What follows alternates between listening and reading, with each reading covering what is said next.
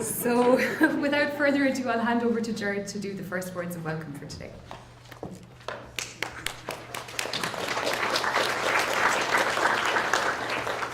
Thanks, Eleanor. You're all very, very, very welcome. I just thought I'd say a few words about where you are, which is Ireland, and specifically the west of Ireland and Galway, indeed, a city of which we're very proud. Ireland is very like your country because we're going through a process of transition in the area of disability, well, in a lot more areas, but specifically in the area of disability. Ireland is a very small country, as you probably have noticed, and relatively underpopulated. Maybe 4 million people in the Republic, 3.5 million in Northern Ireland. And our inheritance on disability is very black, very bleak. One of the reasons we fought a revolution nearly 100 years ago now, and we'll be marking that event in about a year's time, is because of the poor law that was imposed on us by our friends and allies across the water in the UK. And our commitment was to change that, and we didn't do it. So for 30, 40, 50 years, the country went into a period of deep economic, political, and social stagnation, the result of which is that Britain, the UK, moved substantially ahead of where we wanted to go in the 40s and the 50s and the 60s particularly, and it seemed as if we were relatively stuck in time. The result was in the 1950s we had the highest rate of institutionalization of people in mental institutions per capita in the world. And we had an enormous institutionalization program for people with intellectual disabilities. And we indeed had a very negative and backward welfare system that essentially trapped people where they were in their lives. Very, very heavily medicalized model, highly professionalized service providers, meaning over-medicalized. And things only began to change in the 1960s. They changed because of families, first of all. Families were saying, we don't want this anymore for our siblings, for our children, and so forth. And then we had a very, very interesting government-appointed commission of inquiry in the 1990s, prompted in part by the UN special rules on the equalization of opportunities for people with disabilities.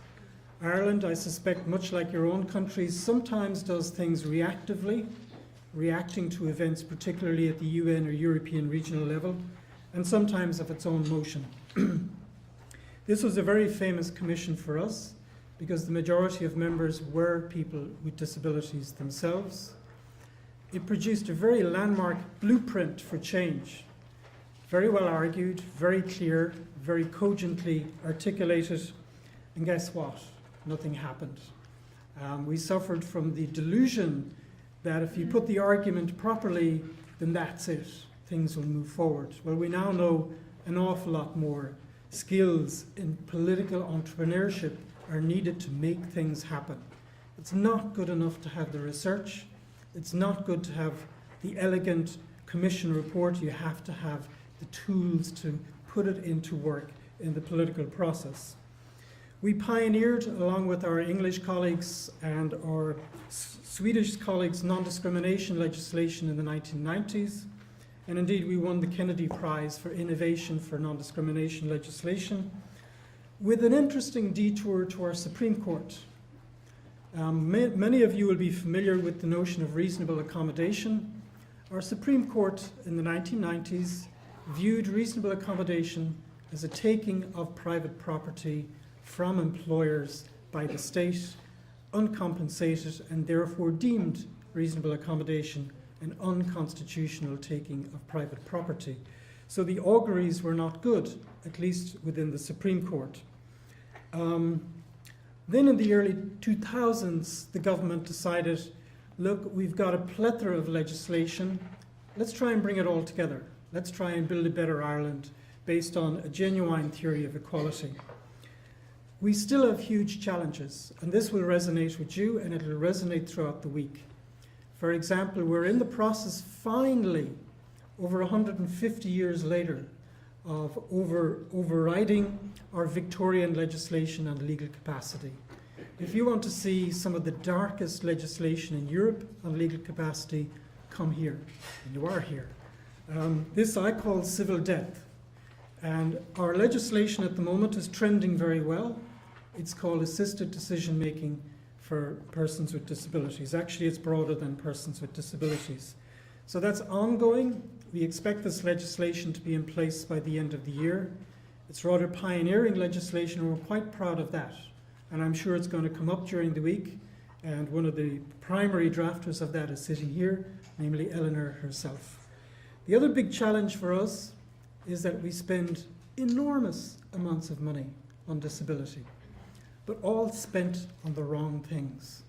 So we're struggling to re-engineer service provision so that the services actually serve the person rather than suit the convenience of the service provider.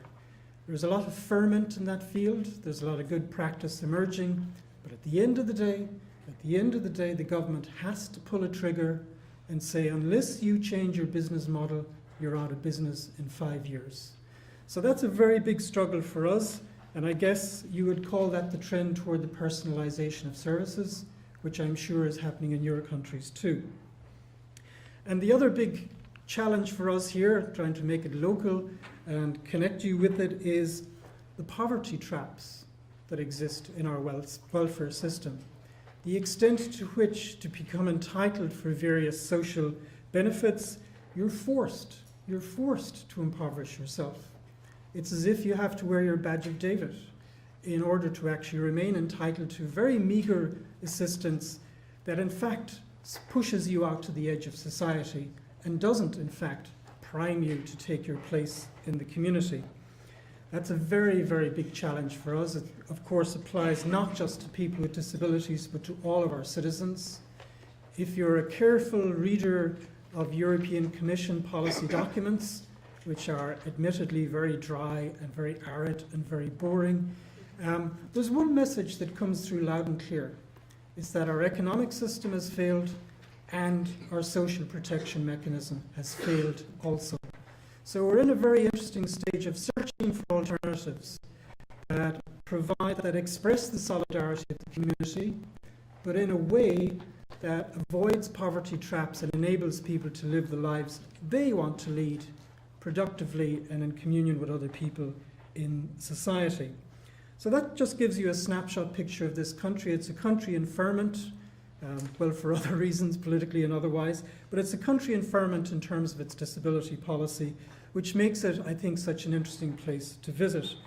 And I guess the most interesting laboratory here is how we've managed to move from plenary guardianship systems, clear civil debt systems, to an idea of limited guardianship, which the government was putting forward 4 or 5 years ago, now explicitly and clearly toward assisted decision-making legislation. And we're very proud of that trend. Let's see how it works out at the end of the day.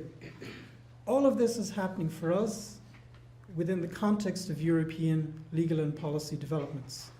I keep saying to people that Irish law is local government law within the European Union, that there are some very, very positive changes happening at European level, partly because, unique amongst regional organizations, the European Union itself has ratified the UN Convention.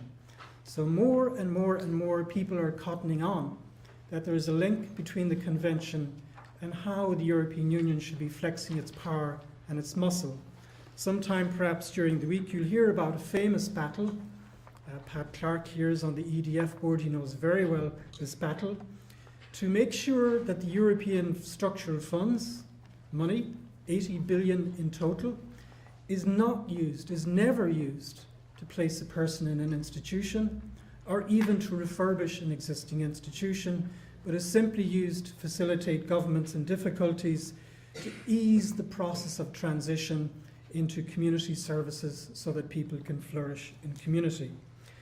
Having said all that, having built Ireland up as on a positive trend, I have to finally admit, not only is Ireland not in the World Cup, By the way, I'm for Italy. I lay my cards on the table.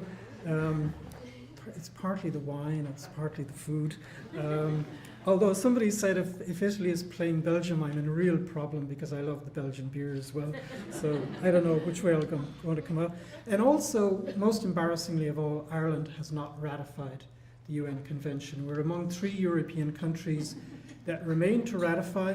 Hopefully, I'm looking at Pat here now, hopefully it's only one remaining issue, which is actually putting the Assisted Decision-Making Act on the statute books, and therefore the last remaining obstacle is cleared. Hopefully, according to the parliamentary schedule, that will be in the autumn sometime this year. Hopefully there are not other minefields or time bombs out there that are going to delay ratification. So with that sort of embarrassed admission, I genuinely welcome you and look forward to interaction during the week. And let me say, there's a cluster of stars presenting, people who've been involved in the drafting of the convention, people who've been involved in the implementation and supervision of the convention. But you're actually the stars because you're coming here with real experience from your countries, and that is so valuable to actually get on the table and get out and see you interacting with the various presenters. I should say also, Ireland is famous. They did a survey in the European Union a few years ago and asked each country to sum up the other country in one word.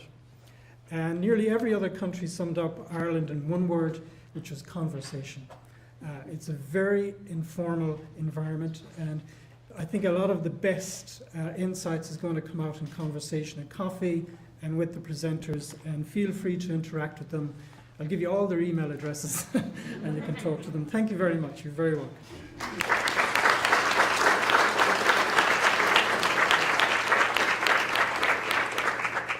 Thanks very much, Gerard. So I'm going to give you an overview now of what we plan to cover this week and take you through the programme a little bit and explain our thinking behind this week and what we hope to achieve. So you'll see from the programme that the focus of this year's summer school is on access to justice and political participation. When we were thinking about what theme to choose for this year, we focused on these for a number of reasons, but primarily I think because these are the kinds of issues that really get to the core of making human rights work. So in terms of access to justice, when people hear that phrase or talk about access to justice, they usually think about being able to make a complaint, being able to defend your rights in court, being treated fairly in the justice system as both a victim and a defendant. And I think all of those things are certainly important for people with disabilities, and we'll definitely hear more about them during the week.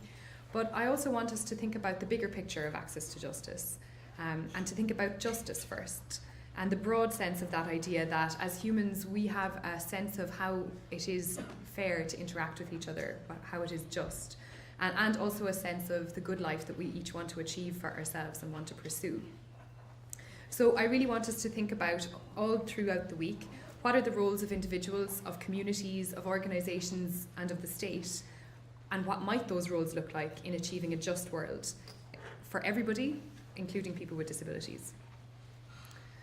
So in the same way, when we talk about political participation, we often speak mostly about the right to vote and the right to stand for election. And again, these are rights that have historically been denied to people with disabilities, and they're very important, and we'll hear more about them on Wednesday. But also let's broaden the conversation about politics and what it means to participate in politics. So whether that's direct action and protest, whether it's lobbying, whether it's coming together, building alliances in civil society, advocating for reform, or holding political decision makers to account. These are all of the things that I'd like us to discuss in the conversations that we have throughout the week. So for that reason, I think that the theme we have this year is a really broad one. And all of the individual topics we'll focus on each day. Today we're focusing primarily on how the convention came to be and in general what it means and how to use it. Tomorrow we'll be focusing on voice and choice, primarily looking at issues of legal capacity and independent living. The core of Wednesday is our theme topic, access to justice, political participation. And on Thursday we're looking at how to make the convention work, so things like monitoring and strategic litigation. So all of these individual topics, I think, and indeed the moot court that we have on Friday, will connect us back to this broader theme that we've chosen for this year's summer school. The summer school is in itself, of course, as well, part of broader action, and Gerard's already alluded to some of the kinds of work that we're involved in. And that kind of action is about what we're doing locally here in Ireland, but also about hearing from all of you about what's happening all around the world. And I think our goal is really to make visible the experiences of people with disabilities, as well as to ensure respect for their human rights. But I want to mention two particular campaigns that the summer school is connected with this year. And I'm really, really excited that for the first time we're welcoming an inclusive theatre company to the summer school tomorrow, Blue Teapot, a Galway theatre company of people with intellectual disabilities. And they're going to perform an excerpt from their play Sanctuary. So that's a real treat, and I'm very excited about it. And for those of you who are going to be in Galway for a little bit longer, Blue Teapot are performing a new play called ID at the Galway Arts Festival in July. The reason I mentioned them as being connected to a campaign is that last week members of Blue Teapot, along with the Inclusive Research Network, the Connect People Network and the National Platform of Self-Advocates in Ireland, helped myself and my colleague Anna from the Centre and Senator Catherine Zappone to launch a new private members bill on the right of people with disabilities to equal relationships. And the campaign is called The Right to Love, and it's about abolishing the current provision in the criminal law which criminalises the offence of sexual intercourse with a person with mental impairment. And so I imagine that such offences are on the books in many other countries. We're not the only one, but certainly this is the kind of discriminatory legislation that we really want to work towards eradicating and make sure that people have the same right to enjoy relationships in the way that we all enjoy. So that's one campaign that we're connected with, a broader one. And the other campaign I want to briefly mention today, but you'll hear more about it tomorrow, is Justice for LB. So you'll see in the programme that tomorrow is dedicated as a day of action for the 107 Days campaign. And you can read more about the campaign online, but I'll just briefly tell you a little bit about why we're connected with this and what it's about. So this campaign is brought about because of the death of a young man, Conor Sparrowhawk. He was a fit and healthy young man. He also happened to have autism and epilepsy. And the 107 Days campaign is to commemorate the 107 days that he spent in an assessment and treatment unit where he ultimately died, where he drowned in the bath. And an inquest into this event found that it was, as you would expect, an entirely preventable death. So this campaign, 107 Days, is to commemorate that time and to use it positively to inspire, collate and share positive actions being taken to support people like Conor. And the goal of the campaign is to harness the energy, support and outrage that emerged in response to his death. Even though his name is Conor Sparrowhawk, the campaign is called Justice for LB because his mother wrote a blog online in which she referred to him generally as LB, which stands for Laughing Boy. So we are really proud to be part of this campaign, and I know that events have been taking place all over the world as part of this campaign, and I'm glad that we can be part of it too. So, on to the positive energy, and Gerard already alluded to the kinds of conversations that he expects us to be having with each other all week, and I really want to echo that. I was listening last week to a TED Talk by the Nigerian author Chimamanda Ngozi Adichie, and she talked about the power of stories, and so that really struck me. She says that the way in which stories are told are really dependent on power, and that power is not just the ability to tell the story of another person, but to make that story the definitive story of that person. So she talks about the idea that if you want to dispossess a people, the simplest way to do it is to tell their story and to start with secondly. So this week, I think we really want to tell first-person stories. We want people to tell their own stories in their own words. We want to work together to tell as many different stories about the experiences of people with disabilities and human rights as we possibly can. And if Rachel were here, I know that she would say that as she's worked with Cormac Russell, who's a community development organiser, Cormac talks about change happens when we have many stories and new stories about what is possible. So I just want to reference that idea and really encourage us to share our experiences this week. So Throughout the week, we'll be making connections. We want to hear about new ideas, research, but also it's not just about what we hear this week. I really would encourage people to take heart from what they hear and to go home and do something about it. And I've definitely learned a lot at every summer school, and it's inspired me to do different things and to take action in different ways. So I really hope that the summer school can be a forum for all of you to do that as well. We're really lucky to have a broad range of speakers and participants at the summer school. We've got lots of different perspectives on every topic. We have actors, journalists, community organisers, civil servants, academics, lawyers, judges and activists. And I really want to welcome all of the speakers and you, all of the participants. And there's so many people here, I think, who've been here before. It's great to see people back again from both the speakers and the participants. And it's great to see new people coming also. And we have many old friends who have joined us this year for the first time as summer school faculty that I really want to welcome. And I'm glad to see as well that some of the former students of the summer school are now back as faculty. And I think that shows really how the summer school has progressed as well. We have lots of participants from all around the world, as we've mentioned. We have a number of participants from countries this year that we haven't had before, including Botswana, Indonesia and Malawi. And we've got a really packed programme, as I've mentioned, and we've tried to leave as much space as possible in the programme for interactive discussions. We encourage the speakers to do participatory exercises and group activities. And of course, there is the summer school moot court on Friday, and I'll tell you more about that this afternoon. But I just want to mention that we are very privileged to have chairing the moot court at this year's summer school Justice John McMenamin of Ireland's Supreme Court. We're very grateful to everyone who supports the summer school and supports us at the centre in putting it together. And I just want to mention briefly our key funders, Atlantic Philanthropies, who provide core funding to the summer school, Saris Open Societies Foundation and Irish Aid, who have generously funded over 30 scholarships for students and teachers of disability rights from all over the world to be here for us for a week on the west coast of Ireland. And I also want to say a huge thanks to the CDLP back team who have worked so hard to put this show on the road. So everyone in a purple t-shirt, be really nice to them because we've all been working really hard.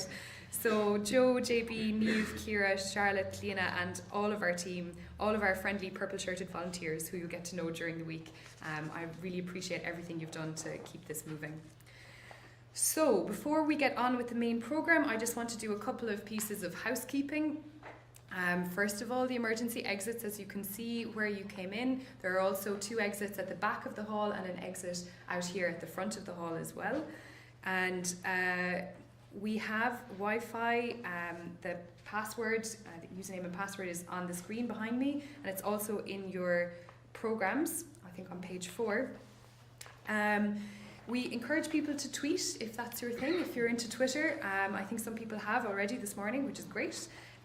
Perhaps we might start a hashtag. I think something like IDLSS, which stands for International Disability Law Summer School, might be a good one. I think you all know where the bathrooms are, but just in case, there are some outside here and also on the first floor, which is accessible by a lift. And if anybody wants to use a bathroom with a hoist, you can be guided over to our building, the Centre for Disability Law and Policy, by one of our volunteers. Most of the events take place here in this room, so you've all found it so far, so hopefully that'll be okay. But there are some breakout rooms along the corridor which you'll be guided to for the sessions where we're using them, which is mostly tomorrow. And you'll also be guided to lunch and to any events that are taking place in slightly different locations. So for example, tomorrow the Blue Teapot performance will take place in the Bank of Ireland Theatre on campus, and we'll guide you to that venue. All of the information about transport, taxis, buses, everything is in your programme. You probably already know that we're having a barbecue on Wednesday, so I hope to see you at that. And I also just want to mention another addition to the programme, which isn't in your pack, but on Wednesday at lunchtime, a group of us are having a conversation about how to design a curriculum for disability rights and disability studies. So anyone who comes from a university or has worked with a university and is interested in participating in that session will be having that session in one of the breakout rooms at lunchtime on Wednesday.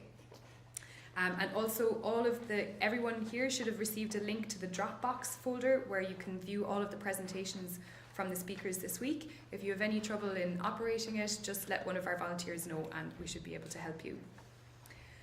So now to the changes in the programme that I want to alert you to. So today, because of a slight delay in Amita's travel plans, we're going to run the afternoon session as the morning session. So we'll run a little bit late. We'll run up until about 1:30 and we'll have lunch from 1:30 to 2:30. And then in the afternoon session, we'll have Amita's keynote address and Donald Toolan's response. So we're going to start now. The next session will be the session which was intended to run after the coffee break, and after that session then we will have the coffee break. So this session is about what's new about this treaty and how will it work. And we're going to start with Gerard, who I've already introduced, so I won't introduce again. I'll just get Gerard's PowerPoint ready and then we should be good to go with the next session.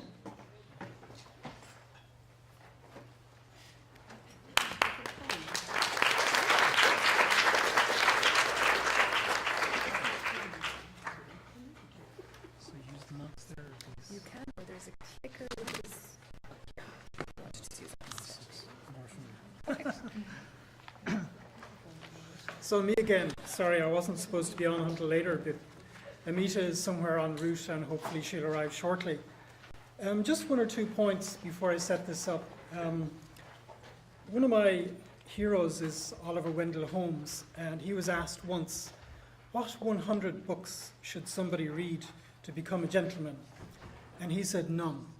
What you do is you fix on your subject and you shoot through it to get to its heart, and you work out from that. So that's what I'm going to try and do. I'm going to try and unzip this by presenting what I think lies at the heart of the convention, and it'll be very interesting to see what Janet and others say after that. He also said, and I very, very much believe this, that law, and that includes international law, is simply the external deposit of your community's values.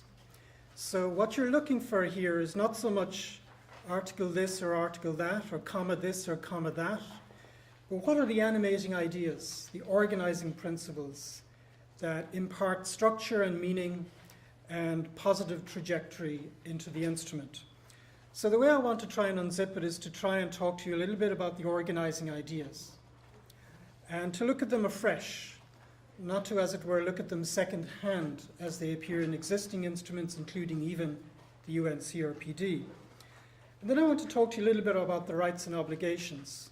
There's so many ways of slicing and dicing them, but I want to present you my way as somebody who is involved in the negotiations and as somebody who thinks about these quite a bit.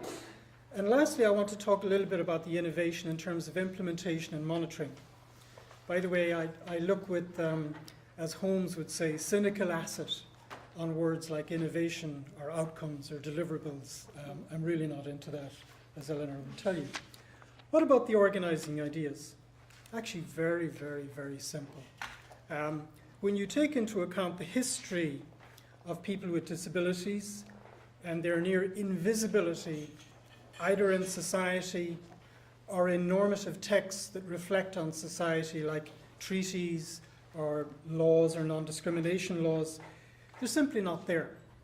So at one level, the convention is an exercise in visibility, in restoring visibility to persons with disabilities, in saying what should be obvious, which is that people with disabilities are human beings and therefore are entitled to all of the human rights that other human beings are entitled to.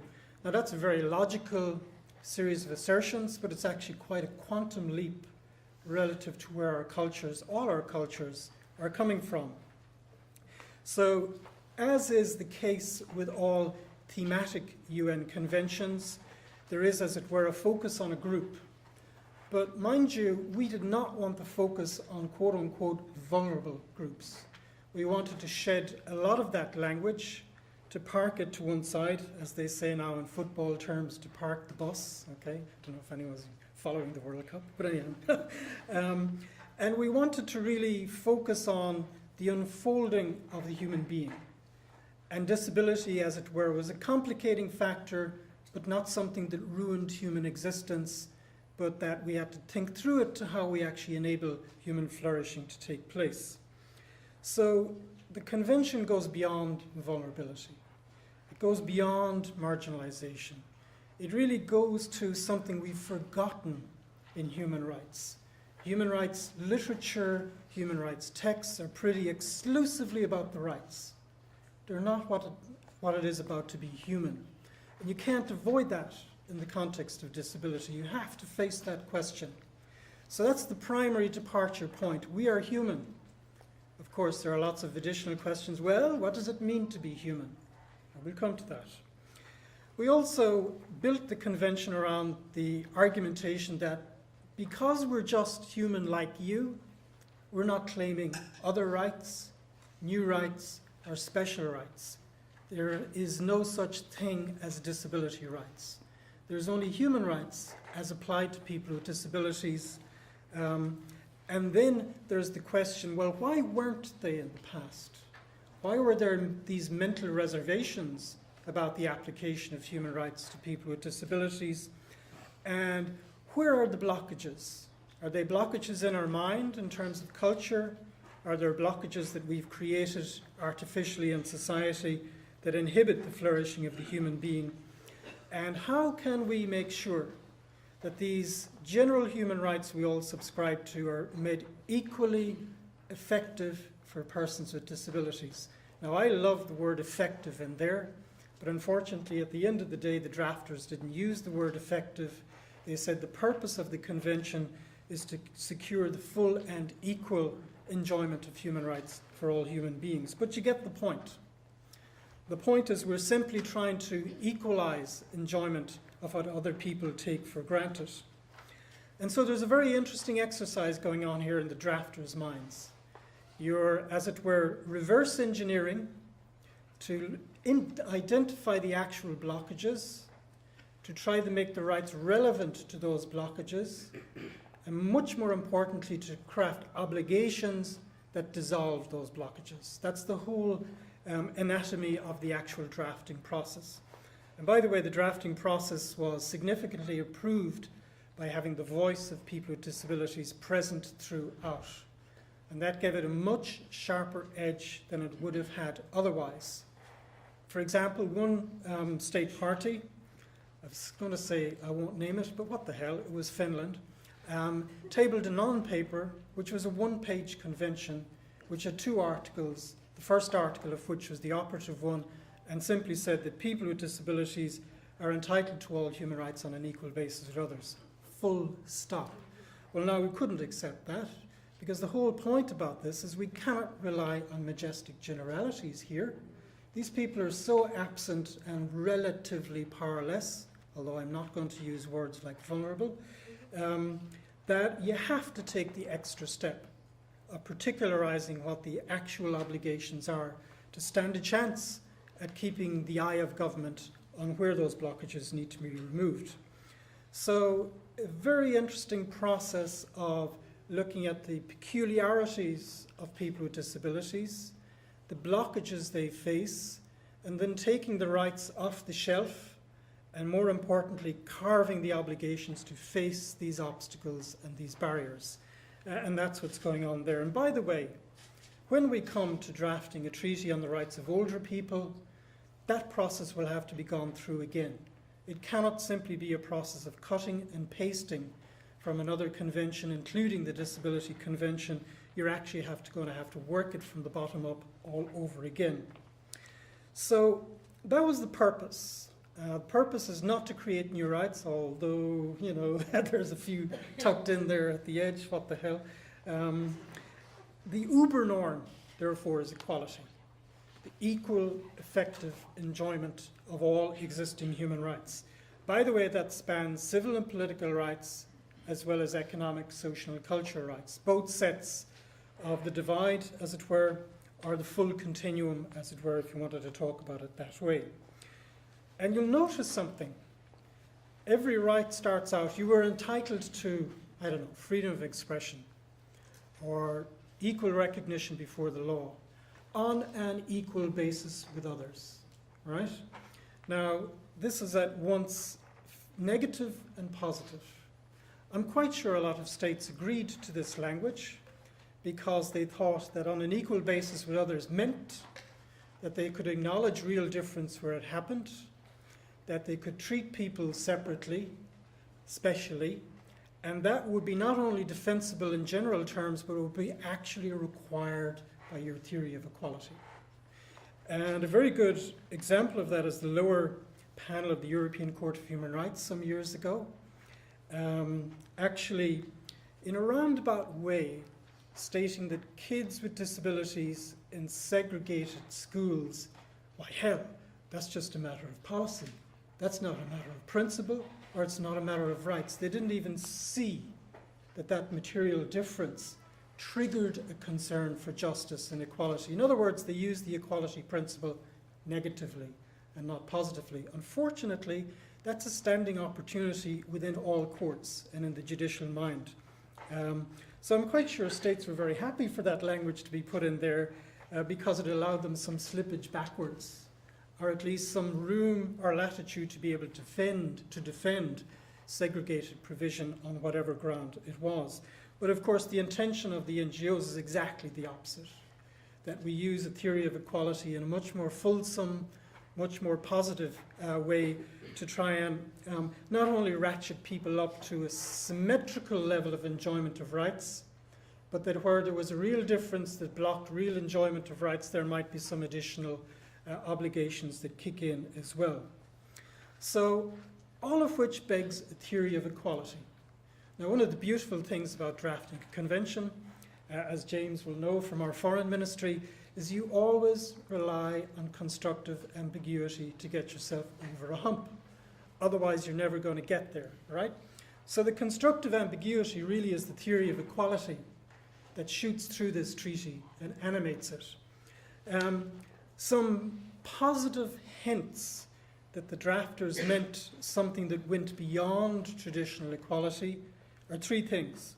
First of all, if you look at particularly Article 5 on equality in the Convention, it's pretty plain that there's some clear blue water between our theory of equality in this Convention and previous theories of equality in other treaties.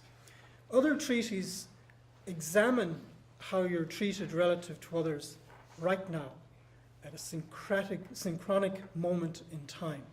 It doesn't care about how you've arrived here. It doesn't care about the accumulated disadvantage you've suffered. Well, you can't say that about the Disability Treaty. The Disability Treaty is full of acknowledgement of the kind of history of exclusion and marginalization of persons with disabilities. So we're trying to open the frame of equality analysis to really look backwards and to really take into account how the person is presenting over time. The second difference was we're also looking sidewards. It's the first treaty that makes a decent stab, it's not a full stab, a decent stab at what we call intersectionality. In other words, you're not just born a man or a woman or black or white. You have a lot of intersecting identities. We're trying to get away from ground-specific analysis, and we're trying to look at the plasticity of how your identity melds into the identity of others, whether it's older people, whether it's people of colour, whether it's people who have suffered extreme poverty and so forth. There's an attempt, okay, it's an imperfect attempt, but it's an attempt to try and capture that. In the Convention, we actually have an article on children with disabilities, and we have an article on gender and disabilities. What we don't have, and this is to my eternal regret and shame, is we should have had an article on old age and disability. I don't know if you would agree with me. Although it is there in the preamble, it's not signposted as a very key, significant point of intersection. The third, I suppose, distinguishing feature is not just looking backwards to accumulated disadvantage, looking sidewards to intersectionality, but also crafting qualitatively different kinds of obligations out of a theory of equality. And this, of course, is the notion of reasonable accommodation, which is situated somewhere halfway between civil and political rights and economic, social, and cultural rights. The difference being, of course, that it doesn't trigger systemic change. We want that to come from the economic, social, and cultural rights. It is highly tailored and individualized to the person. And one of the unique things about the Convention is it applies the notion of reasonable accommodation to to every single right in the Convention. Education, housing, healthcare, and not just discrimination and employment and so forth. Of course, very few delegates at the drafting understood what this meant, but I think it's becoming clearer as the jurisprudence of the UN Committee evolves. Of course, all of the systemic stuff, the systemic change is left to the economic, social, and cultural rights dimension of the treaty, which I'll look at again in a moment. So the first uber norm is the norm of equality. And really, when you have difficulties at the edge, as Springsteen would say, darkness at the edge of town, darkness at the edge of the rules, and you just can't work it out in terms of conflicting textual provisions, what you always lie back on is that the deeper theory of equality that in your mind animates the convention. But of course, expect pushback from the other side. That's the way we deliberate. The second uber norm is inclusion. This is really, really interesting. The treaty, as I see it, is a mix of very, very, very highly individualistic rights. Give me my freedom. Freedom or death, as the American revolutionaries used to say. It's my way or the highway, okay? And I don't give a damn what you think. And you may be right about the choices that I make in the sense that they're wrong or bad for me or bad for others. To hell with that. The beauty of the Enlightenment is man is the measure of himself, and woman is the measure of himself. And the power of that idea in the context where it's never had deep roots is just immense, absolutely immense. But sitting alongside it, this is very, very interesting, is a theory of social inclusion, that nobody is an island. We're all interdependent on each other. Rather than extreme subjectivity lying at the heart of the convention, we have an acknowledgement of intersubjectivity, that we're all, as it were, a function of our interaction with each other. And of course, one of the characteristic features of the history of disability is being denied the oxygen of that social interaction. So therefore, one of the other uber norms of the convention is how do we create that space? How do we erode the rust on the hinges that kept the doors shut? How do we ensure that people have a chance to emerge into the world as themselves if we're denying them the opportunity to interact socially and economically and so on and so forth with others? So there's very, very fruitful interaction of these two ideas, which you won't see in the other conventions, which is, I think, why there are some lessons for this convention for the treaty monitoring bodies who are looking at the other conventions. There does come a point where these two things are in tension. You can wire around it any which way you like, and there are all kinds of argumentative repertoires to get around the tension. But for example, we look at Article 19 as our primary deinstitutionalization norm, as it were a firm mandate for social inclusion, by all stretch of the imagination, close down all institutions, and place people materially where they'll interact with other people to become themselves in the community and in communion with others. What if I don't want to leave an institution? What if I say my will and preference, I love it here. I can watch Manchester United all day long. I would love that. Or Italy all day long. I would love that. No, you can get around the argument by saying, well, you don't really know what it's like to live out there in the community.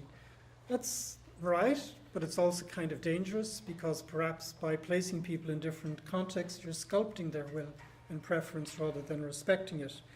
Now, I know there's all sorts of arguments about this, and we've come across it in the EU, but nevertheless, I just thought I'd put it there. So the two uber norms is really equality and inclusion. What about the rights and the obligations? Okay, here's where we really cut to the chase and simplify and solidify for you. Gross oversimplification, obviously. But I would, to make it sing and dance, I would cut the rights into three broad swathes. You have what I call the personhood rights. These are rights that really restore humanity and subjectivity and voice to individuals with disabilities. And obviously at the heart of this, and I would actually say at the heart of the convention, is Article 12 on legal capacity. And as you've seen in the general comment from the UN Committee and its jurisprudence, there isn't a halfway house. There isn't a halfway house between black civil death on the one hand and moderated notions of guardianship on the other hand, and full legal decision making for persons with disabilities. There's just assisted decision making where it's required to enable us build different discovery tools to get at the self that's been hidden behind so many shells over the years. That's really what it forces us to focus on. It's not simply a question of saying, she can't talk. It's more a question of, you haven't developed the discovery tools to excavate the person. Of course, lying back on that is a faith that there is a person lurking behind the disability. It's just that we haven't found ways to actually extract the will and preference of that person. Here's an interesting dilemma, right? For Ireland, for other countries in Europe, what do you do? Do you reform your law alongside the Article 12 requirement in its jurisprudence? Or do you remain bound by, for example, the Council of Europe instruments, the European Convention of Human Rights, and a draft protocol to the Biomedicine Convention that will see the light of day shortly? That's a real dilemma for a country like Ireland. Are we bound primarily by the UN Convention? Are we bound primarily by European regional conventions that seem to be falling behind where it's actually at? But maybe that will come out during the week. So personhood is all about voice. It's all about choice. It's all about having that choice respected by others. And the most intimate way in which that is relevant is, of course, in purely personal relationships. That's why the Right to Love Bill is so important. But also in where you live and how you live and with whom that you live. This is incredibly important, not just because you're complying with Article X, but because you're putting in place the material conditions for the self to emerge and to flourish, again in communion with others. Second tranche I would kind of select out as your participation rights. And this really has to do with what the Swiss legal theorists call emerging from your shell, emerging from the forum internum, whereby you craft for yourself your life choices, and then emerging into the forum externum, whereby you craft the world around you in a fashion that suits your life choices, and you have that respected by others. Now, it's not as if you're going to live in Beverly Hills or something like that, but it's that you are in the driving seat when it comes to these most important issues. And that's very, very important, because it's living in the community is not about bricks and mortar. It's about social situation and the possibilities of social connection that arise in those kind of contexts. So here there are a lot of barriers, and of course a lot of them have to be removed. And your participation rights into all sorts of different spheres involve doors opening and then you being facilitated to move in there. Of course, the one door that has remained relatively firmly shut throughout the world is access to justice, to enable people to ventilate justifiable claims, plus access to the political system. Exercise your voice collectively, because if you can't do that, then the cycle of exclusion is cemented into place. And that's why the right to vote, the right to participate politically, and the right to change things is so important. Regrettably, the Venice Commission and the Council of Europe didn't get that until rather late in the day. But now I think they do get it, and hopefully we'll be moving in the right direction. The last thing I would say, and this is just my way of trying to make sense of the convention, is we have a whole series of economic, social, and cultural rights embedded in there. And it's very, very interesting that the drafters on the NGO side saw economic, social, and cultural rights as part of the problem, not part of the solution. And that was because of the way they were abused for decades to inform public policy, to basically purchase the absence of the other, to place people at the margin and at the edge, and to actually feel good about it. We're spending the money, you should be thankful for it, right? So the first thing to do is to say, no. That's not the philosophy of economic, social, and cultural rights we subscribe to. What we subscribe to is a notion of economic, social, and cultural rights playing an important but secondary role in actually equipping people to take advantage of the new opportunities opened up to them by creating space for them in society and in the economy. So you'll see that each of the rights in the Convention blend together civil and political rights with economic, social, and cultural rights. If you wanted to say who's in the driving seat, it would be a civil rights perspective that at all points, beginning, middle, and end, it's the person that counts, not the convenience of, for example, the service provider. It's the person that counts.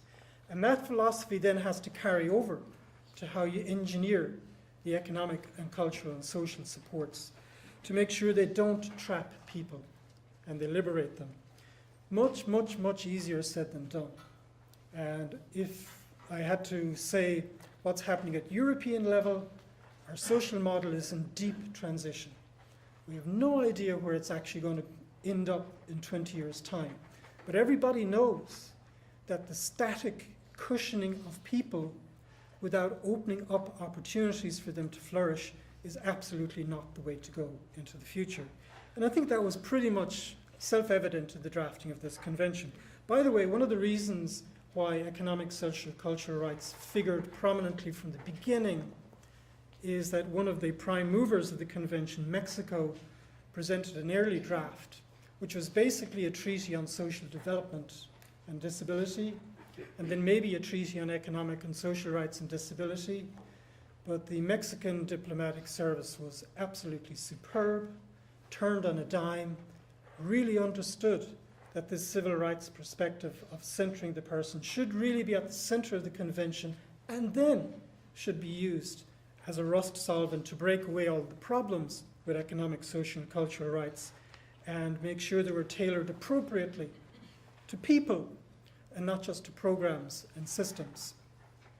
In terms of the rights of obligations, I know Janet's going to say a lot more, but I'll just say this, and this is another of the constructive ambiguities that enables us to get over a hump in treaty negotiations.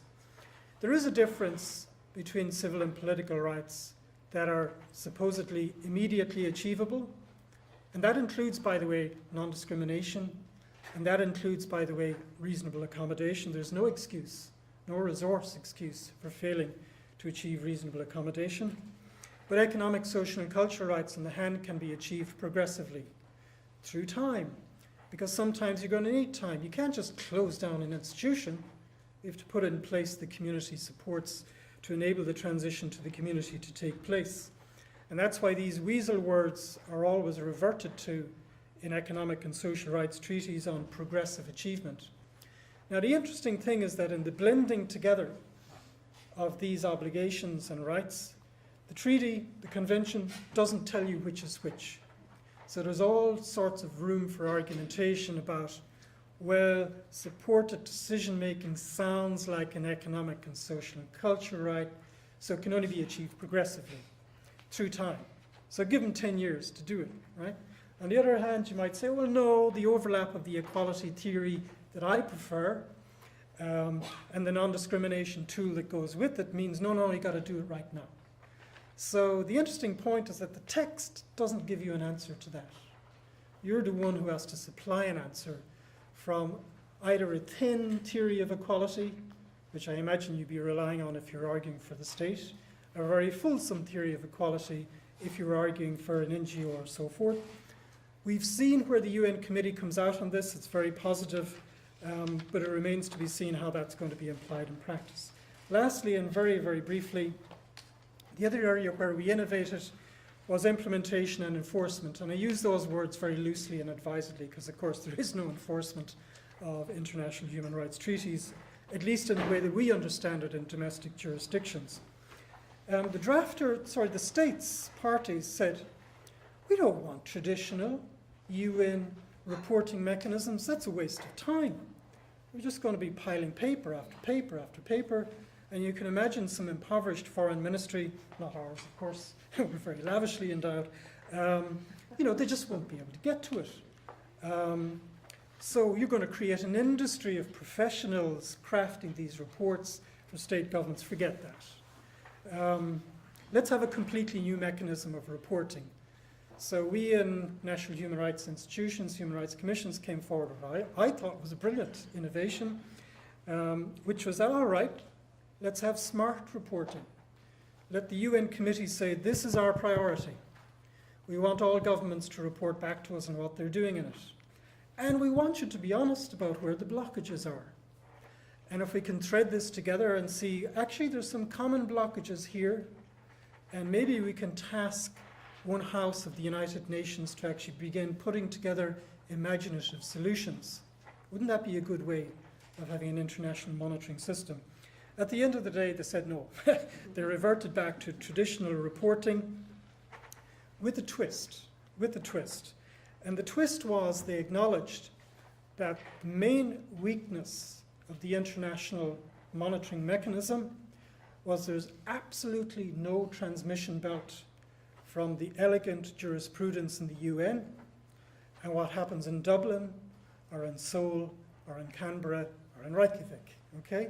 So what you've got to do is leap beyond the international mechanism and trigger a process of change domestically.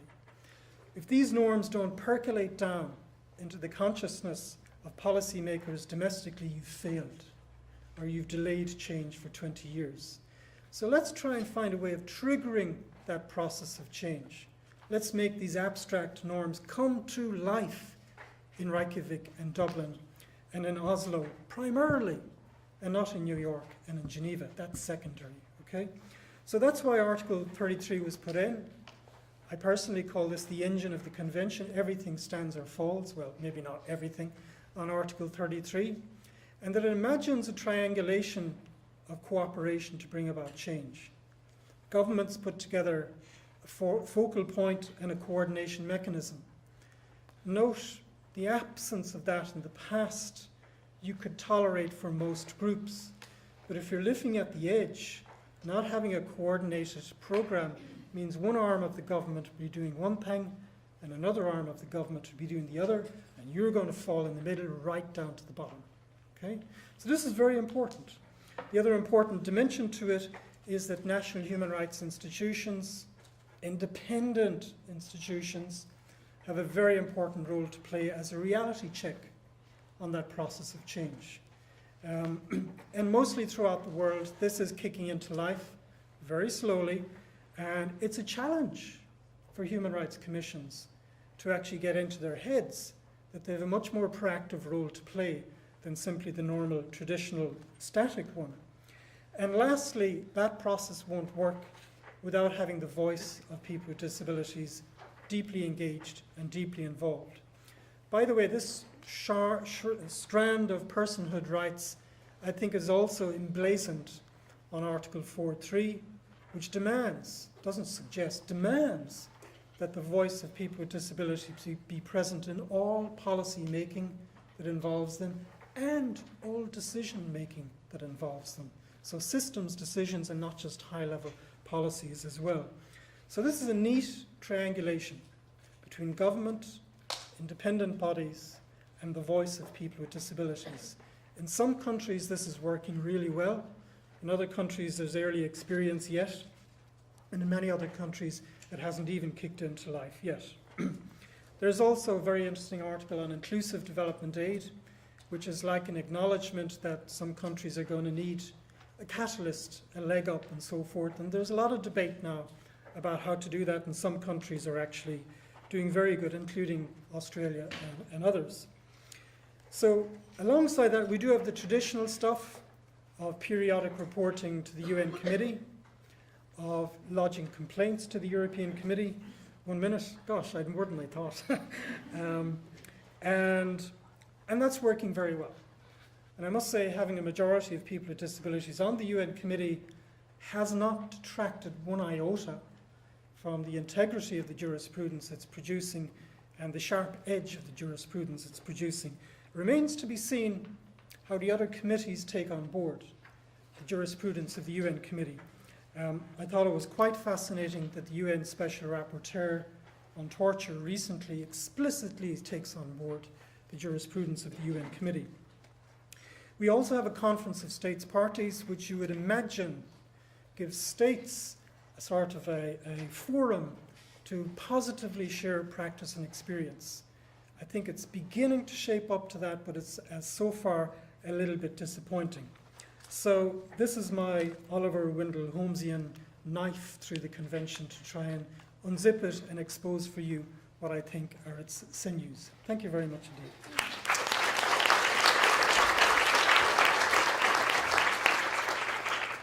Thanks very much, Gerard, for that whistle-stop tour of an overview of the convention. But I think that's going to be very helpful for the more concrete discussions that we're going to have now from Janet and Rosemary, and then from James. So I'm just going to introduce Janet and Rosemary now before they begin. Janet is a Senior Research Fellow at the Burton Blatt Institute at the University of Syracuse on Human Rights and Inclusive Development. She's also been a Senior Research Associate at the Harvard Law School Project on Disability and a Senior Partner at Blue Law International. And Rosemary is with us from the Law School of UNSW, and Rosemary has an extensive disability policy experience. She's been a ministerial advisor and also was the external expert on the Australian government delegation as part of the negotiations of the UN Convention. So I'll hand over to Janet and Rosemary now to take you through the obligations of the Convention.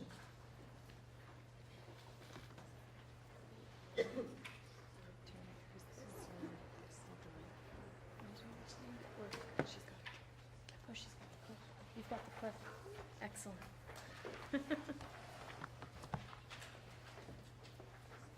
All right. Good morning, everyone.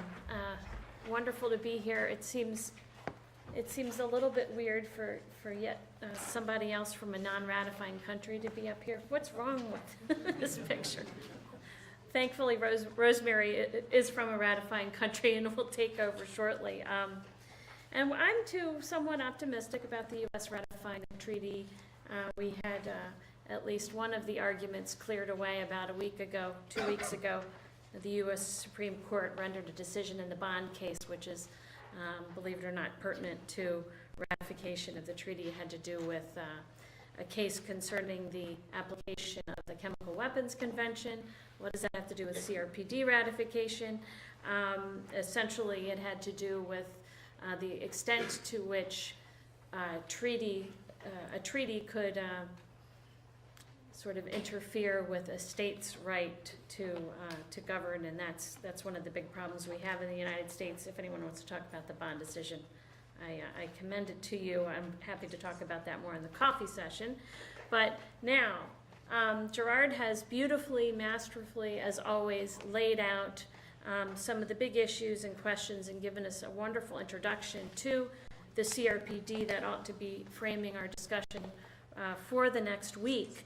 And I love his conceptualization of these uber norms, these mothers of norms, the two mom norms of participation and inclusion. I absolutely love it. And thinking about how we needed a treaty in order to particularize the obligations, the human rights obligations that of course apply to all human beings and to persons with disabilities, and how we contextualize them, which is really our job this week, is contextualizing them, particularly within the context of access to justice and political participation, and understanding the treaty as a broad, interconnected framework within which to sort through and identify barriers, and then articulate the legal standards and obligations to dismantle those barriers, and not only through legislation, law reform, law development in many cases, but also through the other facilitation measures in this treaty, which are very, very innovative, going certainly beyond the standard law reform to thinking about how do we create a culture of change? How do we, through awareness-raising measures, human rights education, and so on, really dismantle once and for all paternalism, marginalization, and the array of cultural barriers that stand in the way of realization of legal rights, to a whole range of other interesting innovations in this treaty, focusing on facilitation measures such as disability data and statistics, which we know is a huge problem, thinking about the engagement of a whole array of actors, not only DPOs and governments, national human rights institutions, and many other actors, international development, donors and implementers, and so forth. So a lot in this treaty, and we're going to get the opportunity this week to really think specifically about how the treaty is intended to work with regard to some of the thematic issues that we're going to be focusing on. So what Rosemary and I are going to do in our presentation is dig a little bit deeper, look specifically at some of the general obligations that are intended to frame our thinking about some of the specific thematic issues that we're going to get into this week. Thinking in particular about the interrelatedness, the indivisibility, the interdependence of rights in this treaty, which Gerard really emphasized that we're not looking at one obligation or another in a vacuum, that we need to understand this treaty as the broad and interconnected framework that it is, and make sure that we're applying it in that way, so that, for example, access to political participation hinges on access to information or access to education or equal recognition before the law. That access to justice similarly hinges on access to information, legal capacity, access to transport, and so forth. So how is it that we use the tools of this treaty to understand disability rights in this sort of interconnected way? So we are going to turn to a PowerPoint, which will be available on the website, and we will try to be mindful of reading out the text so that we're as accessible as possible. Now, if I remember how to do this.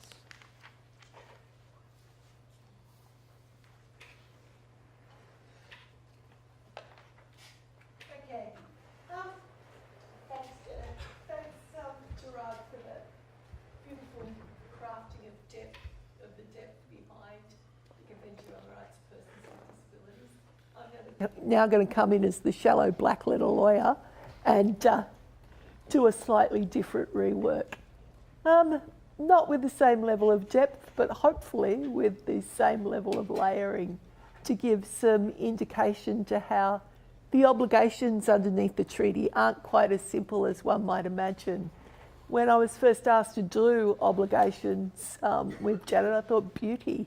It's a fairly simple task. It's respect, protect, fulfill.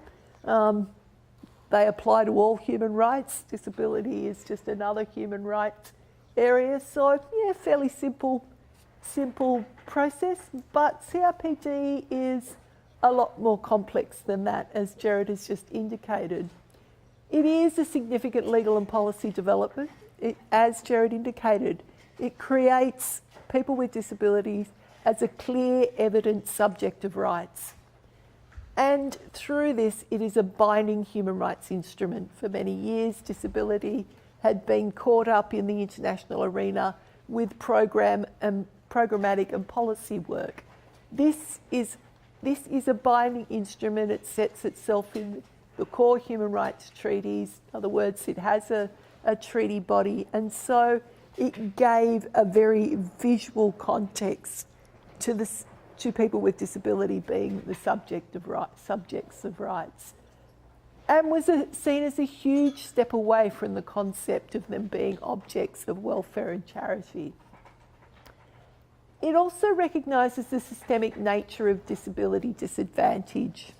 So it goes to the core that this is not just an individualised incidents that it is a social phenomena, and that because it is a social phenomena, it needs to be dealt with at a systemic level. So disability is created by a range of economic, political, social, technological and ideological forces. And so the rights that are set out in this convention try to address each and every one of those barriers. And overall, it promotes substantive equality.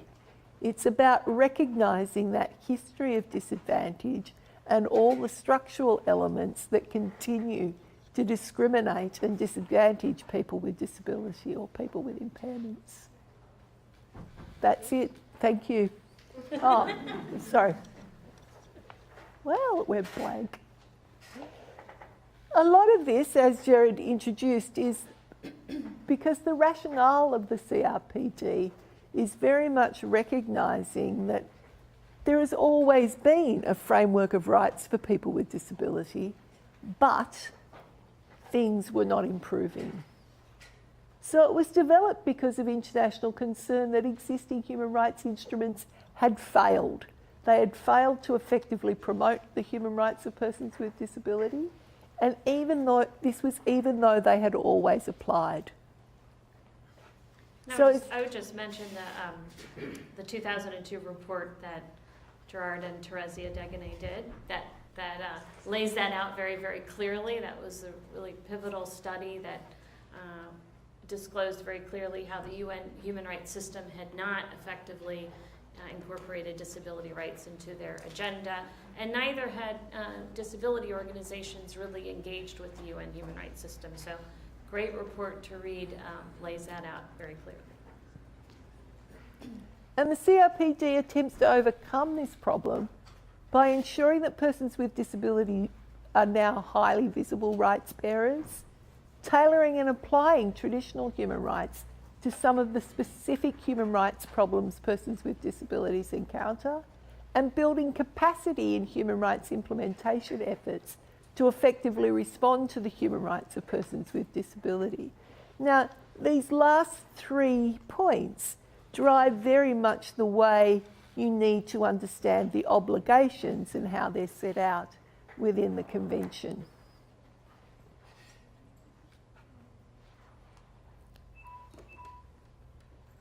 There are several innovations in CRPD in terms of how to differentiate this particular treaty to the other existing human rights thematic treaties. Article 4, General Obligations, carries with it all the traditional obligational structures to repeal, nullify legislation that discriminates against people with disability, but it then goes further and creates a new formal role for civil society engagement. And what this does is it brings to the table of policy and planning people with disability for the first time.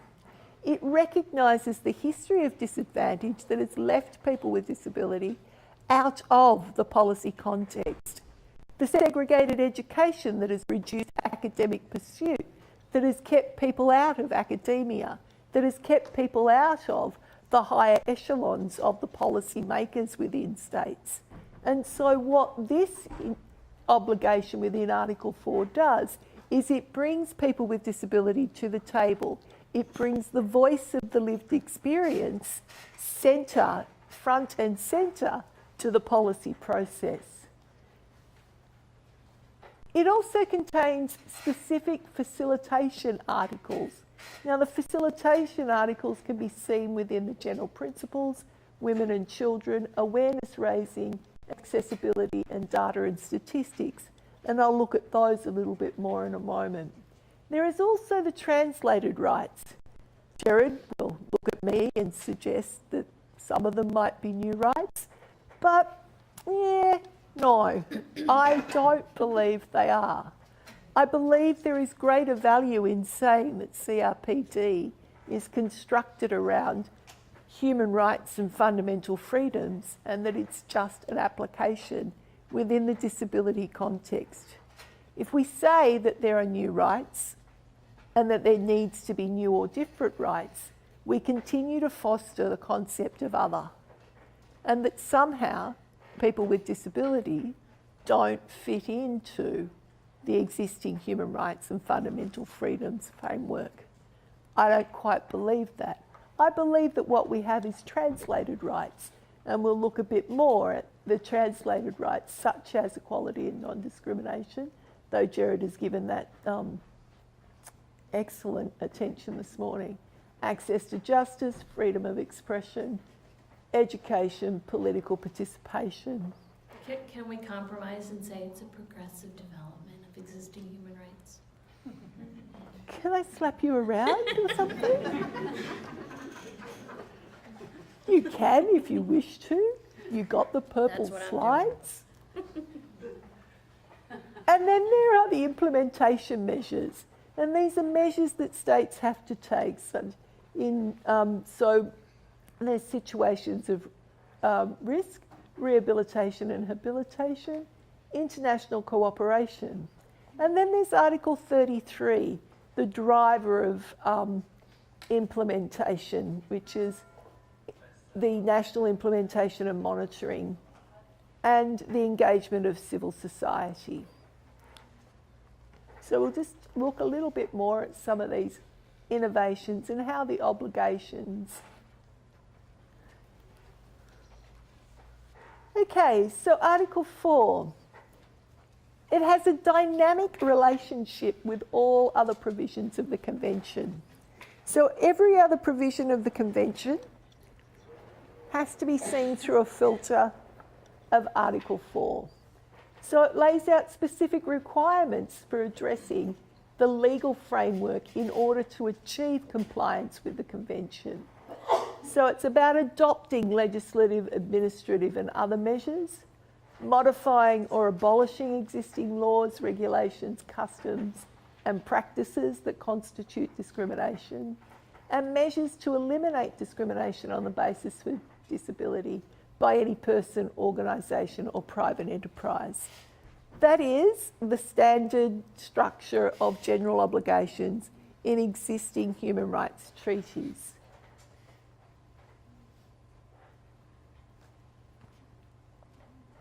But where CRPD goes on, it goes on to give the promotion and protection of the human rights of persons with disability in all policies and programs, from refraining from engaging in any act or practice inconsistent with the Convention. And this is where we get into new territory. The obligations change somewhat. Undertaking, promoting research and development of universally designed goods, services, equipment and facilities.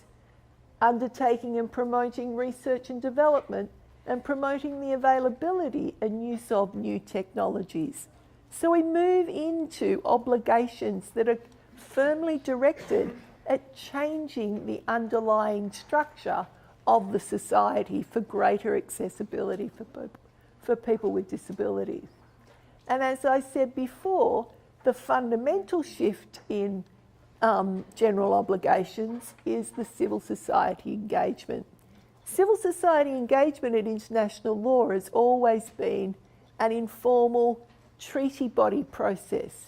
It has been a process that treaty bodies have asked for civil society to engage with them during the monitoring and review process.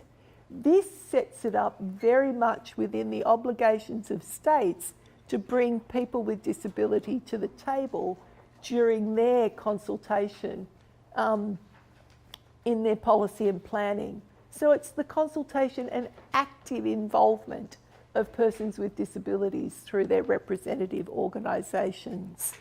So if we take the active involvement, what it would suggest to one that it is quite an effective involvement as well. So it should be an effective process. So you might get your effective yet, Gerard. Next.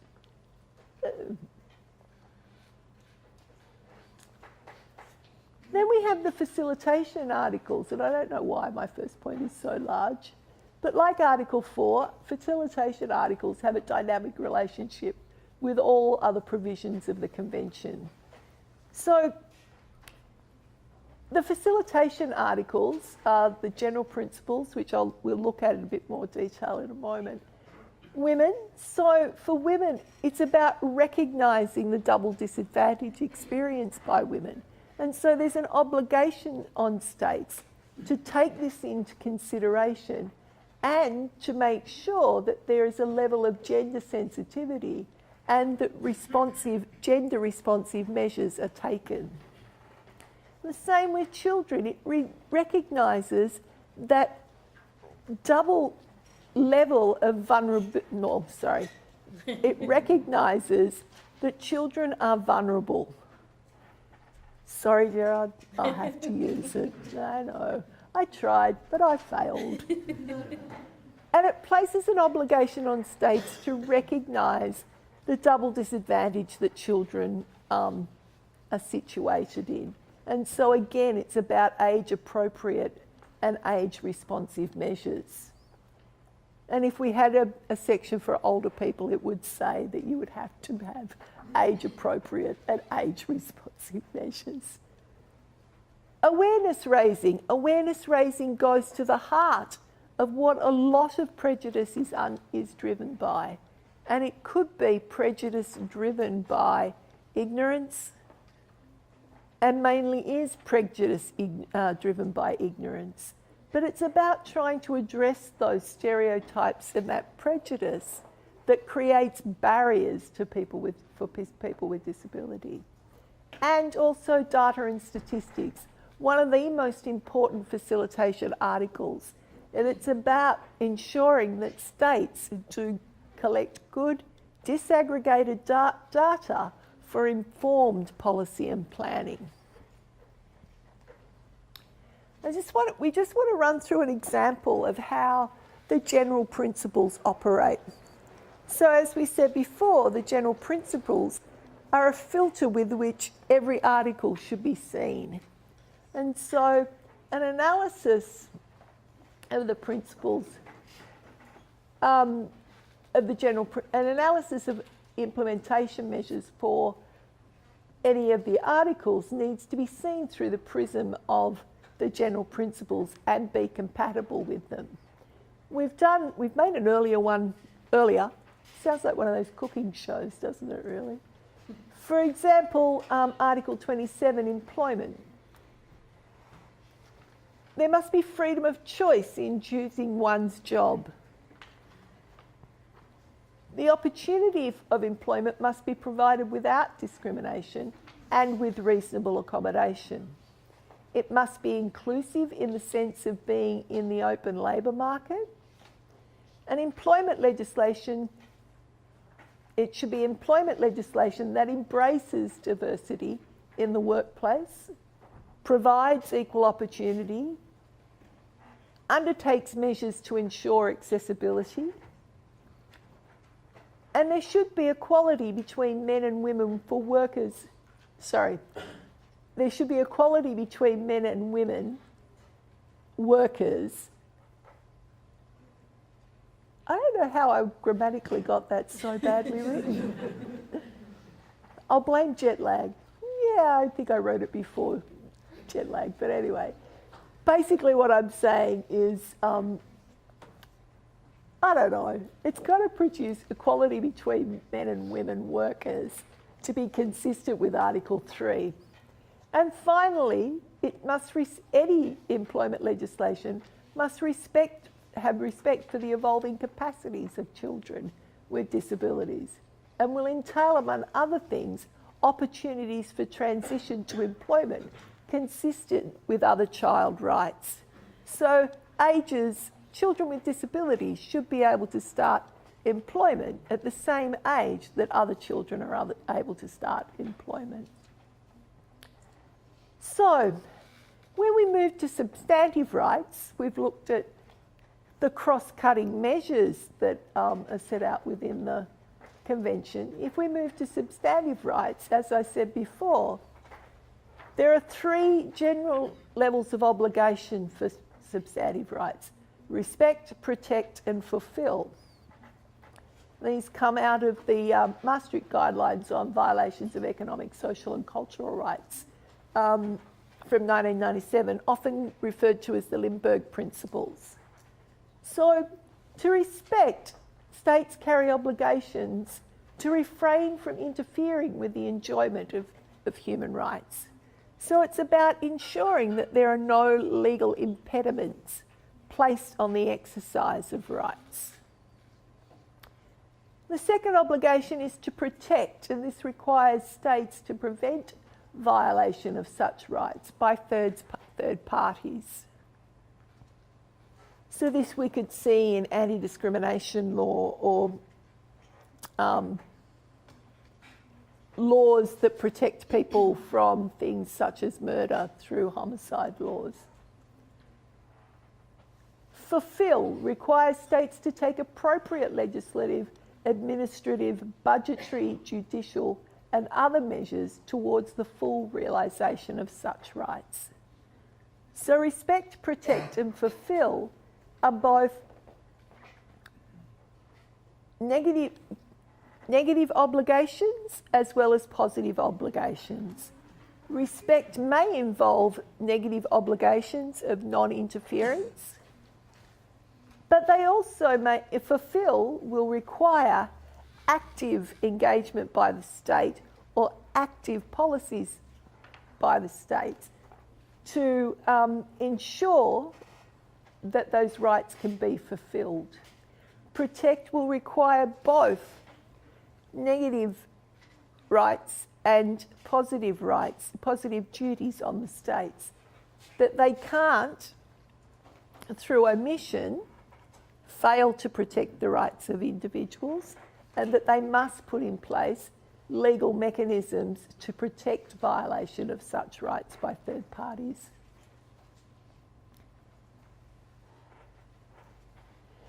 Do you want to work through this one? Okay. Give me a break Yeah, so I can have some water. So how does this work with respect to one of the issues that we're looking at this week, political participation, and what would obligations in the areas under this framework of respect, protect, and fulfill look like? So going back to Rosemary's the 3 levels of obligation, what would respect look like with regard to political participation, requiring states to refrain from interfering with the enjoyment of human rights? Well, one thing it would require is ensuring non-discrimination in the context, let's say, of voting. So appealing or amending or reforming a law in an electoral code that introduces exclusion on the basis of disability, which we see, by the way, across the world in many instances. So respecting the human right to political participation would require review of legislation, electoral regulations, and so forth, and could involve, for example, law reform to remove impermissible exclusions, which we'll talk about a little bit more in the next day or so. Protect, requiring states to prevent violations of such rights by third parties, could involve measures to ensure that there's sufficient monitoring in the context of voting that takes into account accessibility measures, for example. And fulfilling, requiring states to take appropriate legislative, administrative, budgetary, judicial, and other measures towards the realization of political rights. Could include ensuring that the procurement of electoral materials, for example, like voting booths, are actually accessible, or ensuring that ballots are designed in an accessible way, for example, for voters excuse me, with visual impairments, or appropriately integrating disability inclusion and awareness into the training of electoral officials. So that's kind of using this framework of respect, protect, and fulfill to think about the right to political participation. So a useful analytical framework to kind of sort through different levels of obligation. And then we come to equality and non-discrimination.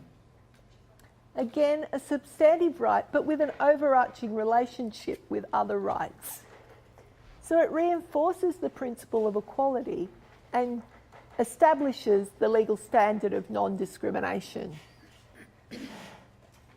So rights are to be applied without discrimination and should also incorporate reasonable accommodation. Now, Gerard has been through this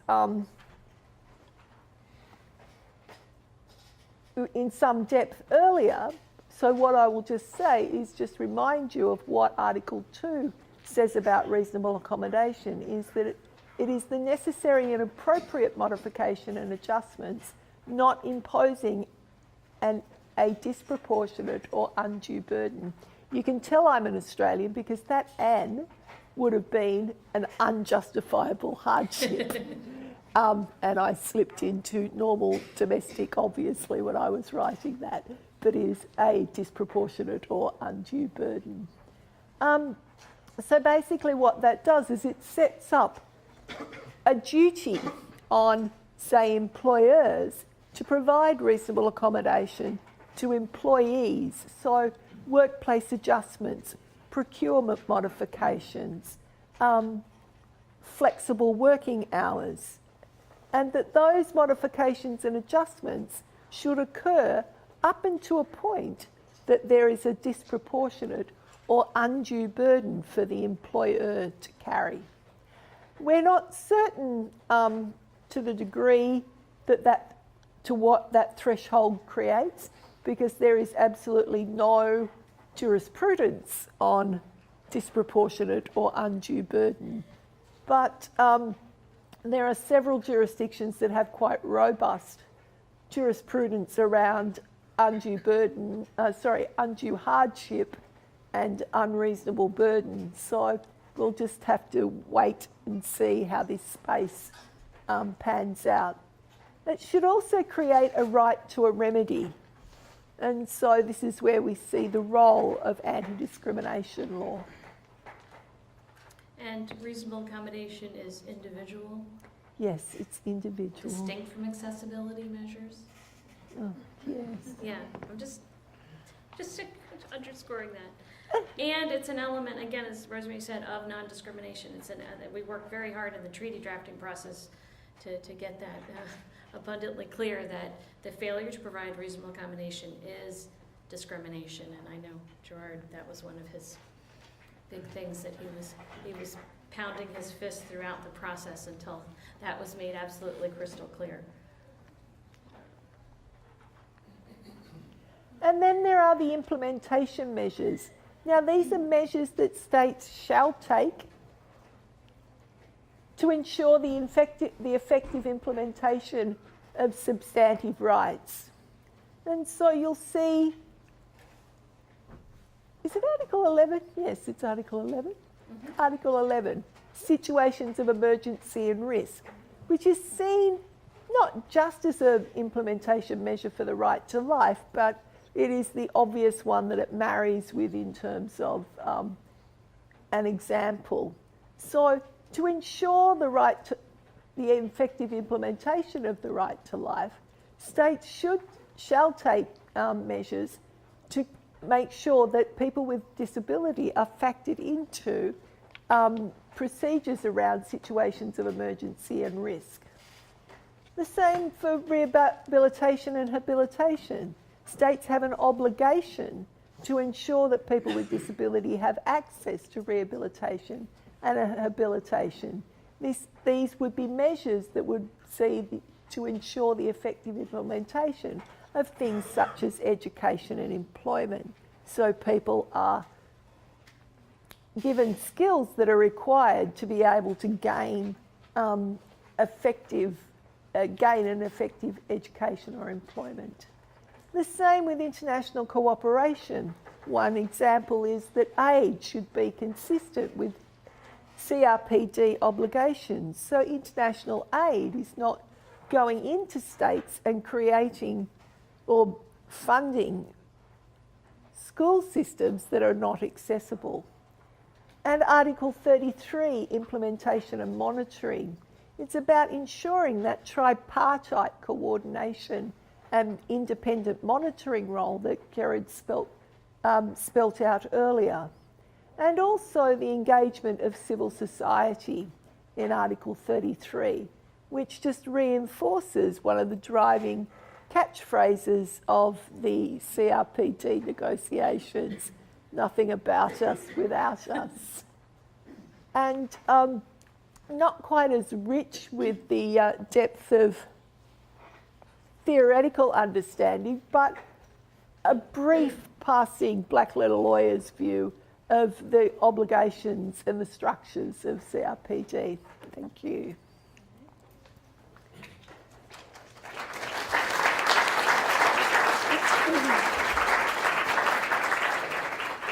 I'm sure people have questions for Gerard and Janet and Rosemary, but I'll just ask you to hold on to them for another while we hear our last speaker, and then hopefully after this we'll have some time for a couple of questions before the coffee break, even though we're running slightly behind, but nothing to be worried about.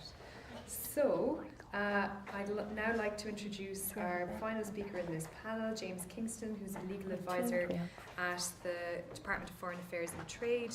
James is a graduate of Trinity College Dublin, the London School of Economics and King's Inns, and has worked at the Irish Centre for European Law, the Law Reform Commission and the British Institute of International and Comparative Law before joining the legal division of the Department of Foreign Affairs. So hand over to James now to explain reservations and declarations to the treaty and what those mean.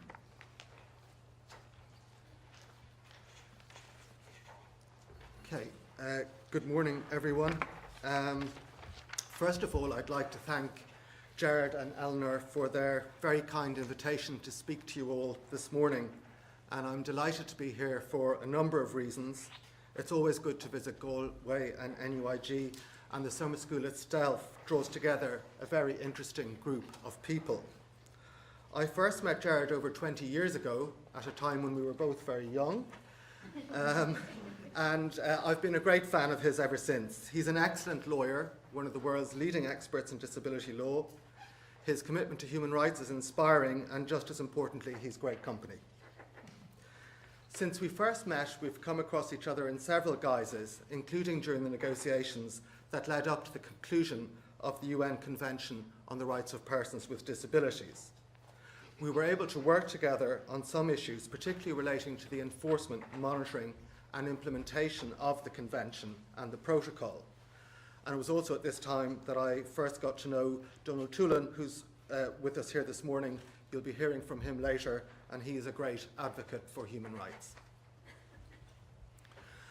The work on the Convention was particularly rewarding, in large part due to the extensive involvement of independent experts, members of civil society, and most notably, persons with disability, along with the usual government delegations, who are of course interesting in their own particular way.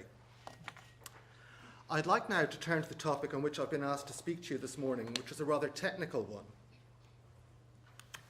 Reservations and declarations to the Convention on the Rights of Persons with Disabilities, which for shorthand purposes I'll call our Convention, and its protocol. Now, I apologise for not having a handout, but I have submitted a quite lengthy paper and it should be in the Dropbox. I'll try to draw out the main points this morning. I should also say at this point that I am speaking in a personal capacity rather than on behalf of the Department of Foreign Affairs and Trade, which is great for me because it means I get to not to wear a tie. Anyway, what I'm going to do is first talk briefly about the law of treaties in general and what it has to say about reservations and declarations. Next, what the terms mean, when states can make them and when they can't, what other states can do about reservations and declarations that they don't like, and what the legal effects of reservations are. Next, I'll try to explain the way in which the rules on reservations and declarations are applied specifically in the context of human rights treaties. We can then look at what the Convention itself says about reservations and declarations, what the Committee on the Rights of Persons with Disabilities has said, what reservations and declarations have been made to date by signatories and states parties, and what the responses of other states and the Committee has been to them. So turning now to look at the law of treaties, this is a very technical topic dealing with rules and procedures on such matters as how to adopt the text of a treaty, who may sign, ratify, and accede to treaties, how they are to be interpreted, and so on. The principal treaty dealing with the law of treaties is the snappily entitled Vienna Convention on the Law of Treaties of 1969. I've been asked to speak to you today about reservations and declarations, but the focus of most of my remarks will in fact be on reservations because they're generally more legally complex and give rise to greater concerns. So one of the first things we need to do is to ask ourselves, what is a reservation? Article 2, paragraph 1d of the Vienna Convention sets out what a reservation is. Now, the full text of the convention is in my paper, as are the other treaty articles I refer to.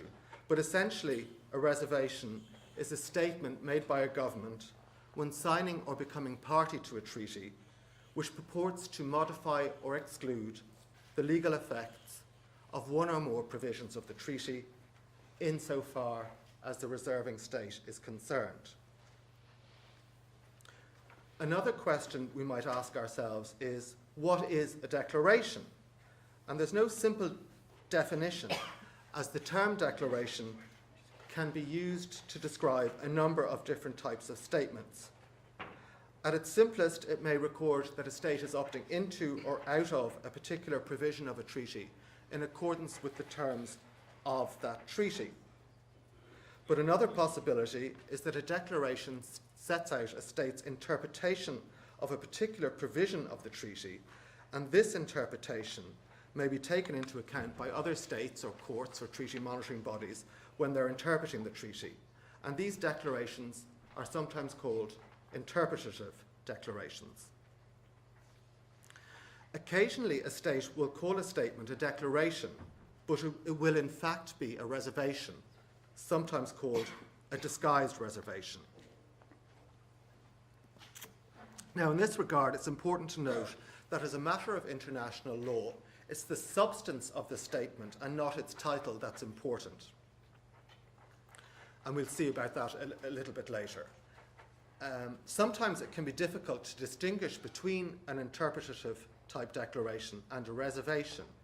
But the key thing is whether the state in question is simply expressing its view on what the correct or best interpretation of a particular treaty provision is, or whether it's saying that its acceptance of or consent to the obligation in question is conditional on this interpretation being accepted. So we've now looked at what the terms reservation and declaration mean, so we can turn to look at the rules governing when a state may make reservations and what other states can do if they don't like a reservation. Article 19 of the Vienna Convention deals with the formulation of reservations. And in essence, the general rule is that a state may make a reservation unless it is prohibited by the treaty in question, or, and it's a very big or, unless the reservation is incompatible with the object and purpose of the treaty. Similarly, however, the general rule is that other states are free to object to reservations, although in practice they generally won't do so unless they think that the reservation in question is incompatible with the object and purpose of the treaty. The general rules on acceptance and objections to reservations are set out in Article 20 of the Vienna Convention, and Articles 21 to 23 deal with other technical rules, and all of these are in the paper. These are general rules, as I've said, and they can be modified in particular treaties. For example, the states parties to a treaty can say that no reservations are permitted at all. But as we'll see shortly, the Convention on Disabilities and its protocol follow the general rules set out in the Vienna Convention. Now, before turning to look at the question of the legal effects of reservations that are contrary to the object and purpose of a treaty, I would like to say first that contrary to their popular reputation, not all reservations are bad all of the time, even when they're made in the context of a human rights treaty. Sometimes a state may wish to become party to a treaty, particularly an important and far-reaching one, such as our convention. But the state may know it's not currently in a position to meet all of the obligations contained in the treaty. And in such circumstances, it may choose to become party to the treaty with reservations. and this may be a better option than not ratifying the treaty at all or delaying ratification too much. But human rights treaties are, of course, a special case, and the UN treaty monitoring bodies, including the Committee on the Rights of Persons with Disabilities, discourage states from making reservations and ask that any reservation be regularly reviewed with a view to withdrawal as soon as possible.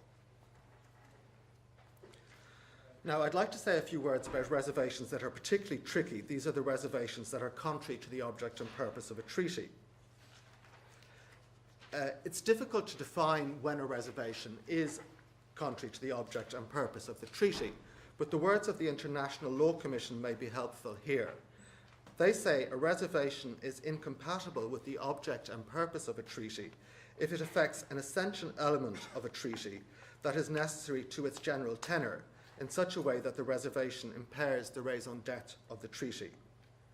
And we've heard already this morning from Gerard, Rosemary and Janet about the general object and purposes and raison d'etre of our convention. One common type of incompatible reservation is one that attempts to subject the obligations in a treaty to a system of law other than international law, be it domestic law or another system such as Sharia. Other reservations are so vague or broad or relate to such fundamental provisions of the treaty that the state making them is not really accepting the essence of the rules in any meaningful way. Incompatible reservations can arise with respect to any type of treaty, but the problem is particularly acute when it comes to human rights treaties. And this is because, unlike most normal treaties, we're not dealing simply with the obligations of states amongst themselves. In human rights treaties, we're dealing with the rights of individuals. And so the ordinary compromises that may be acceptable between states are not applicable in the case of human rights treaties. So the general rules set out in the Vienna Convention don't apply in quite the same way to human rights treaties, or at any rate the rules must be looked at in light of the special nature of human rights treaties. Now, the question of incompatible reservations to human rights treaties has received special consideration over the years, dating back as far as the 1950s, when the International Court of Justice gave an advisory opinion on the Genocide Convention. Now, in that case, the court didn't take the absolutist view that no reservations are permitted, but sought to reconcile the need to protect the rights of individuals with the desirability of getting a large number of states to become party to important human rights treaties. Other bodies, such as the European Court of Human Rights and the International Law Commission, have also considered this issue, and the Commission has recently concluded many years of work with the issuance of non-binding but nonetheless important guidelines on reservations. It's clear that a reservation that's incompatible with the object and purpose of a treaty is invalid, but it's not quite so clear what follows on from that. Is the state making the reservation regarded as not being a party to the treaty at all, or is it regarded as being party to the treaty without the benefit of the reservation?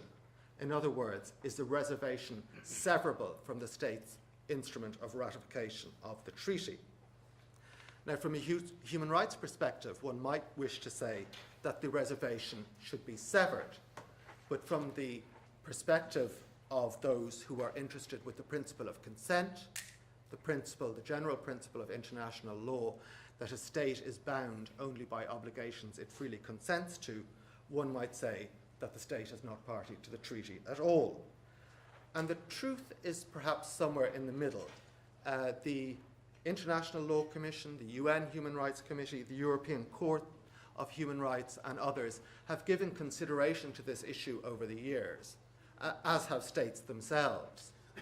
And I think in essence, whilst there are nuances and differences in opinion, the ultimate rule is that while one may presume that a state making a reservation to a human rights treaty wishes to be party to that treaty, even if its reservation isn't accepted, that presumption can be rebutted, and ultimately you can't get around the requirement of consent. One issue I've touched on, but I'd like to draw out a little more, is that in the case of human rights treaties, unlike many other treaties, there's either a court with the ability to give a binding judgment or a monitoring body with the power to give authoritative, if not definitive or binding opinions, such as the Committee on the Rights of Persons with Disabilities.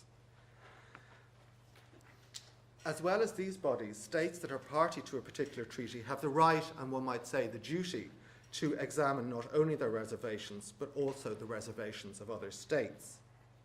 And it's an important political signal for states to object to reservations that they find objectionable. And in this regard, you may be interested to know that the Council of Europe and the EU both have working groups on public international law that consider reservations made to international treaties with a view to coordinating objections where appropriate. And I'm a member of both those groups, and Ireland tries to object to reservations that are incompatible to the object and purpose of treaties to which we're party. Of course, as has already been mentioned this morning, Ireland isn't yet party to the Convention on the Rights of Persons with Disabilities. Now, I've given a somewhat lengthy preamble, but I think it's necessary to understand the rules set out in the Convention and the Protocol. So what I'm going to do is first outline very briefly what the Convention and Protocol themselves say about reservations and declarations, then look at what the committee has said in general terms, before turning to look at particular reservations and declarations made by signatories and states parties, and any reaction to them from either other states or the committee.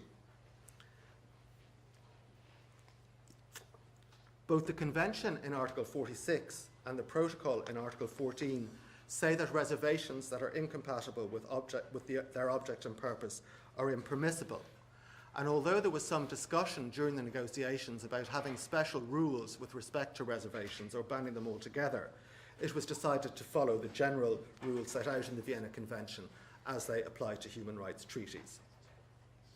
The Convention and Protocol also contain the same provision requiring so-called regional integration organisations, effectively the European Union, to make a declaration setting out what particular areas of the Convention they are responsible for. So some areas such as employment and equality law, the competence for dealing with those has been transferred from individual EU member states to the European Union itself. And finally, Article 8 of the Protocol enables states parties to opt out of its provisions in relation to inquiries. So notwithstanding these particular provisions of the Convention and the Protocol, the Committee on the Rights of Persons with Disabilities has called on all states to ratify the Convention and the Protocol without reservations or declarations. And in its reporting guidelines, setting out how states are to comply with the periodic reporting requirements of the Convention, the Committee requires states parties to explain and justify their reservations and declarations and why it's necessary to retain them. And the Committee itself will then give them particular attention and comments specifically on them in the concluding observations it adopts, and will generally call for them to be reviewed and withdrawn if possible. So now time is getting on, but I'll turn now to look at the specific reservations and declarations made to the Convention and perhaps the Protocol. The Convention has 158 signatories and 147 states parties. So before I go any further, I'm going to say that maths aren't my strong point, so if any of the following figures are a little inaccurate, you'll have to forgive me. But on my estimate, some 34 states have made one or more reservations or declarations to either the Convention or the Protocol. But one of them, Mexico, has already withdrawn its interpretative declaration, and the UK has withdrawn one of its 4 reservations.